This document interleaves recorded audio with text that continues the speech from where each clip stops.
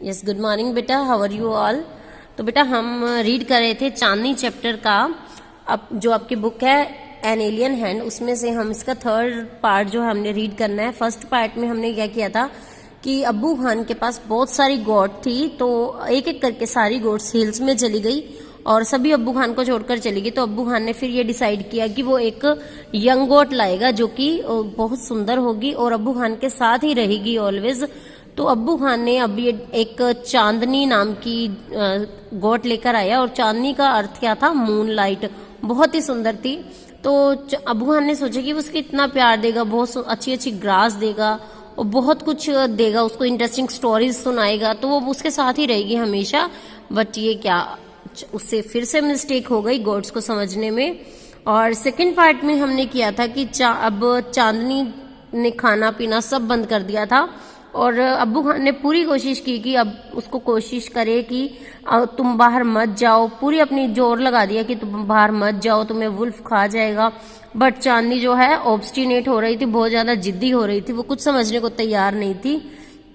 तो अब्बू खान ने गुस्से में आकर उसे अंदर की तरफ धकेला और हट का दरवाजा बंद कर दिया। बट वो पीछे की विंडो जो है क्लोज करनी भूल गया, जैसा कि इस पिक्चर में दिखाया गया है। तो इसी विंडो का ही इस्तेमाल, जो यूज है, वो चांदनी ने किया अपनी फ्रीडम के लिए। तो अब थर्ड पार्ट जो है अब हम रीड करेंगे।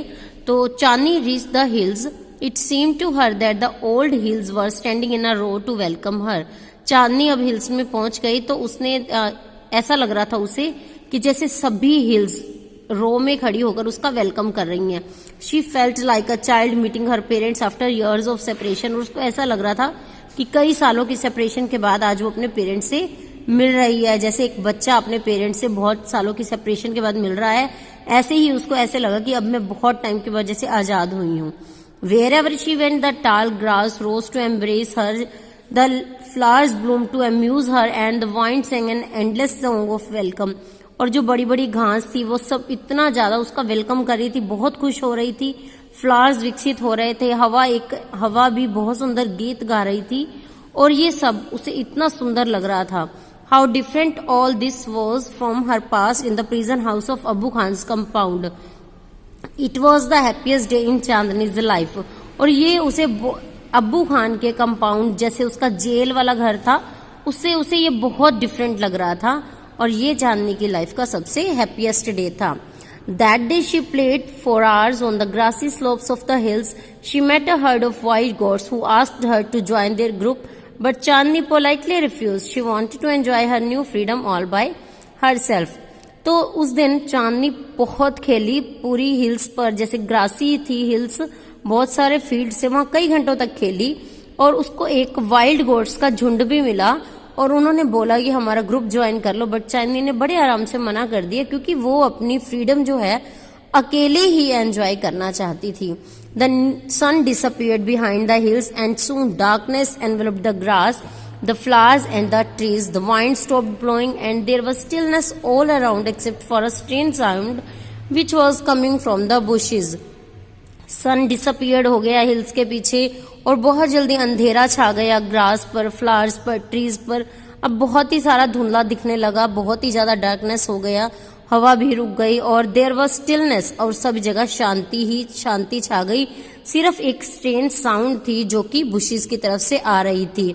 The sound was like a growl. Growl means गुर्राना, यहाँ मैंने वर्ड मीनिंग लिखा है इसका।